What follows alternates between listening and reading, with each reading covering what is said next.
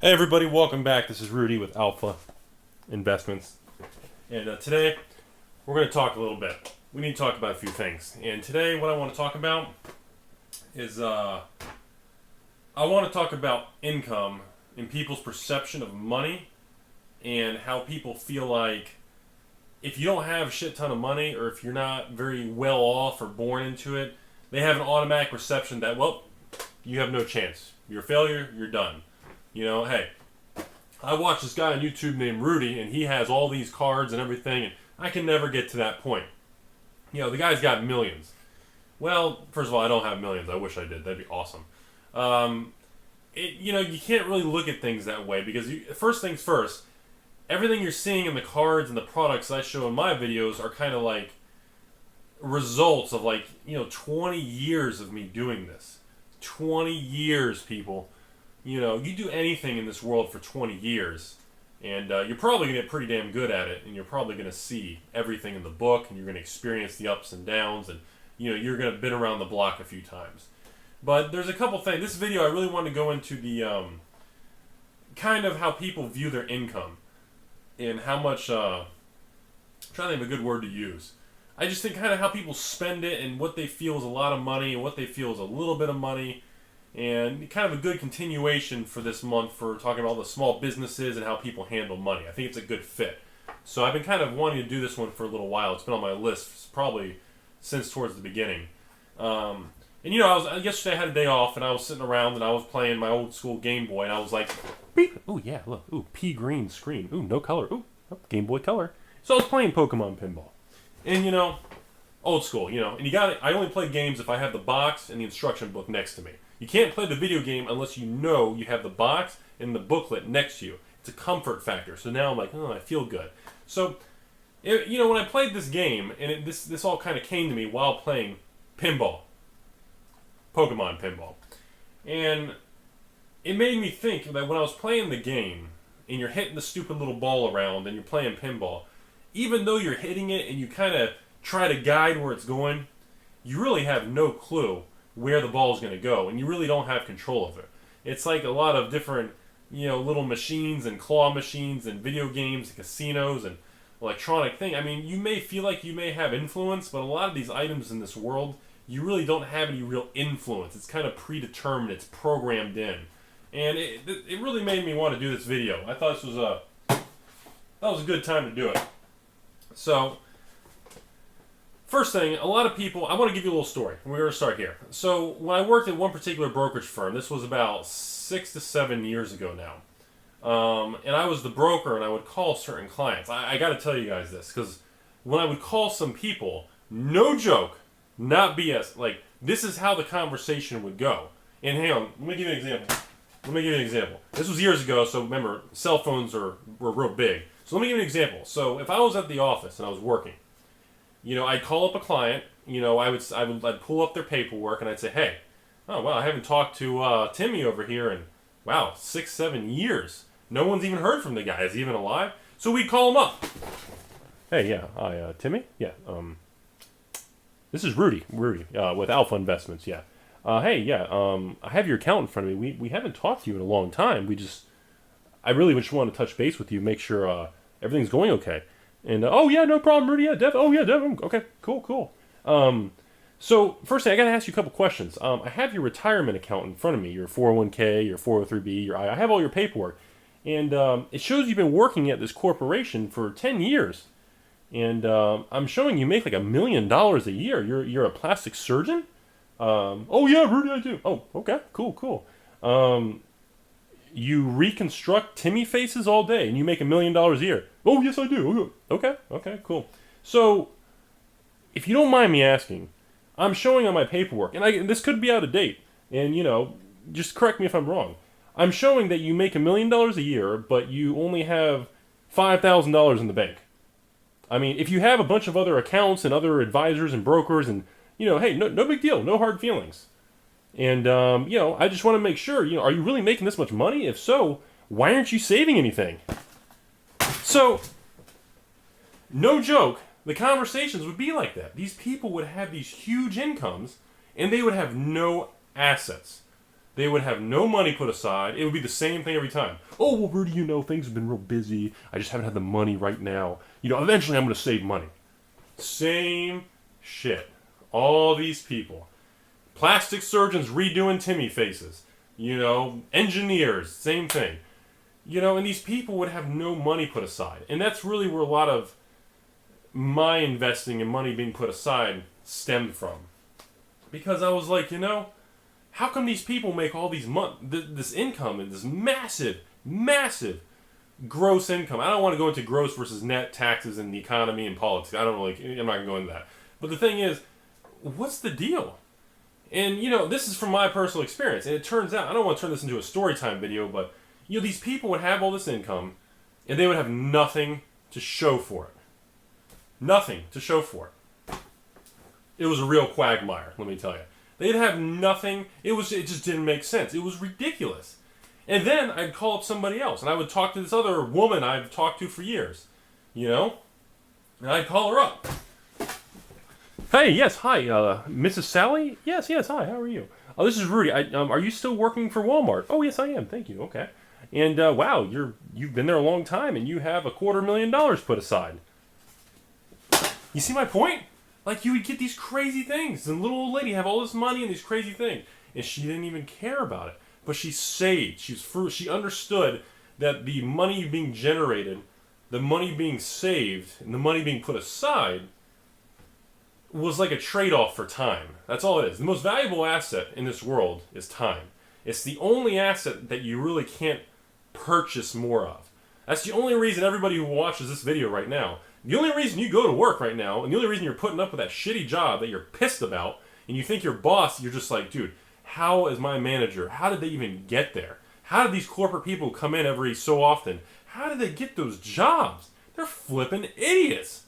Well, I hate to break it to you, all 10 different companies I've ever worked for since I was 16, same shit everywhere. They're all a bunch of idiots. And, you know, that's when I'm just like, wow, it's just really, that's when everything hit me. It didn't matter how much money I made. It didn't matter what my income was.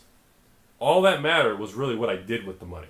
Whether I was working at my first job in a grocery store making minimum wage, which at the time was $6 an hour, or, you know, I worked in a restaurant and I was getting tips, or I was working at a real company and a real career making, you know, quarterly bonuses, monthly bonuses, salary, and all this stuff, and commission, and, you know. But the thing is, it was a really weird, eye-opening thing that it was just like, you know, yeah, there's certain extremes where you have to have certain other things in line before you can go further in life, but, you know, these people would go out and they would blow this money. They would spend so much money on just, I mean, they'd get off work. I'd work at this firm and everybody, Rudy, hey, we're getting off today. You know, we're all going out tonight. Are you know, hey, you know, maybe get a couple of drinks. So you say, okay, cool, man. That's sweet. Yeah. You know, so, and they would do this like every night and they would spend like $50 to $100 to $200 a night in the financial world, the lifestyle. Which, it was fun. I mean, don't get me wrong. I've tagged along. I did some of that stuff. But I was just like, it's so much money. And I'm like, you know, what happens if things change? What happens if the economy has a downturn? All these people that are used to all this income, what's going to happen when that income has a sudden rubber band jerk back effect and it snaps back real quick? These people are not going to be able to adjust their income and snap back to a lower standard of living. I know it. They just won't do it and they're going to drown. They will drown in their own standard of living.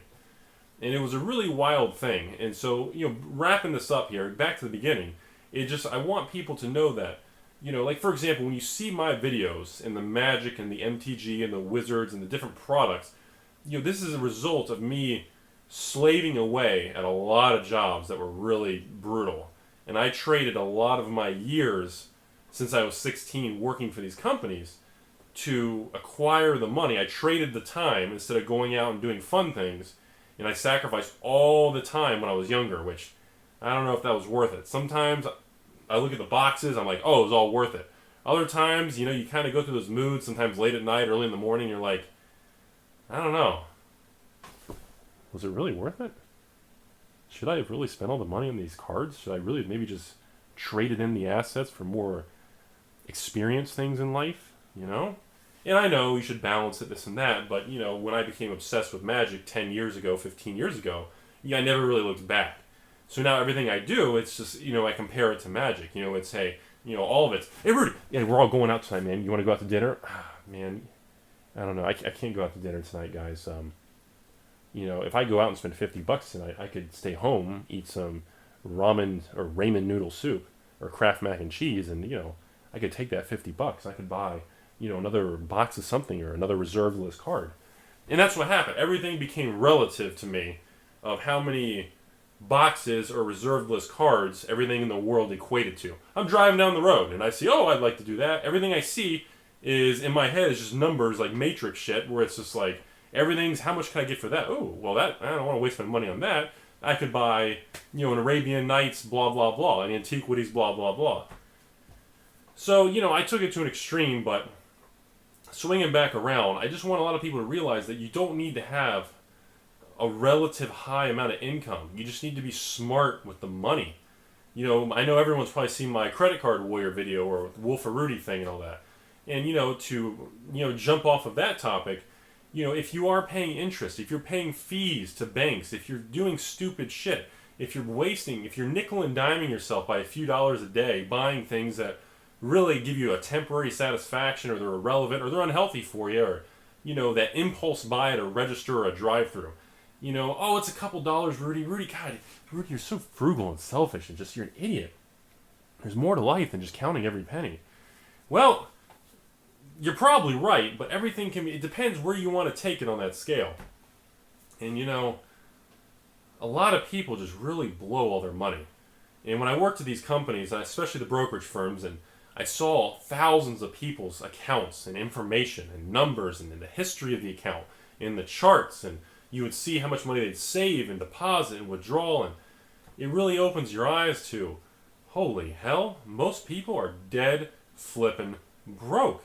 And I would look at their credit card or their debit card activity, and they're broke not because they don't get their paychecks. I look at these deposits and paychecks, and these people make good money, but holy crap, they're just, the people blow money. And I don't know what's with our culture and the media and the influence and the image and the name brands and the maintain, keeping up with the Joneses and the stuff is just really, it's almost fascinating how people have that desire, and it's like the media and a lot of things create that urge to make you want to do it. And then sometimes you kind of step back and you reflect on it and you're going, why did I want that? Why did I spend my money on that? What? It's almost like you're under a spell or something, but you know, like I said, this is just a little bit of a Rudy's thought process video. Nothing really crazy, nothing falling around in this video, but I really want to talk about that. And I want to wrap this up by saying a few different things. Anybody can get a lot of money in Magic and put a lot of money aside. If you have the capability, like most of the public, you're always going to have outliers that either have, you know, they were born into a bad situation, or they're in just a really rough health or physical, or, you know, they're in a bad household, something happened. You know, but for the majority of people, you know, as long as you're able to physically work, even if it's just $10 an hour as a job, if, you know, if you really evaluate where that money's going, when it hits your hands and your account, where it's siphoning off, you'd be pretty surprised how much money people blow. And probably most of you watch this video, I mean, you may want to admit it or not, but we all waste a lot of money or went through periods of your life where you're just like, oh my God, if I had half the money I spent buying those scratch-off tickets over the years. Yeah, I tell everybody when I win $20 on a scratch-off ticket, but I haven't told anybody about the hidden thing in my corner with 1,000 of them that I never won. You know, and it's just, we've all been there, we've all done things, but man, you know, it's just really, that's the key. And you slowly buy things and you slowly nickel and dime it. Stop trying to just say, oh, I'm not going to do anything, I want to go for the big kill. Just slowly chip away. Staircase it, man. That's all you got to do. Don't try to go elevator straight up. Just staircase it, man. And, you know, and you'd be very surprised over the long term, over time, you can probably get a lot of Magic or reserved lists or whatever other hobby or automotive or collecting and Pogs, or if you want to go back to Beanie Babies, you can buy whatever you want if you really put your mind to it. And, you know, that's all I really want to say. I know it's a long rambling video, but I like these type of things. I like to calm down and just talk about some things. So, but I want to leave everybody with one final thought. And I thank everybody for subscribing and supporting and Patreon. I know you guys loved your Patreon program. Everyone's got their boxes, and it's been awesome. I know it's cool. One final thought before I let everybody go. Just remember one thing. There's one thing. If your outflow exceeds your income, your upkeep will always be your downfall. It's Rudy with Alpha Investments. Have a splendid day.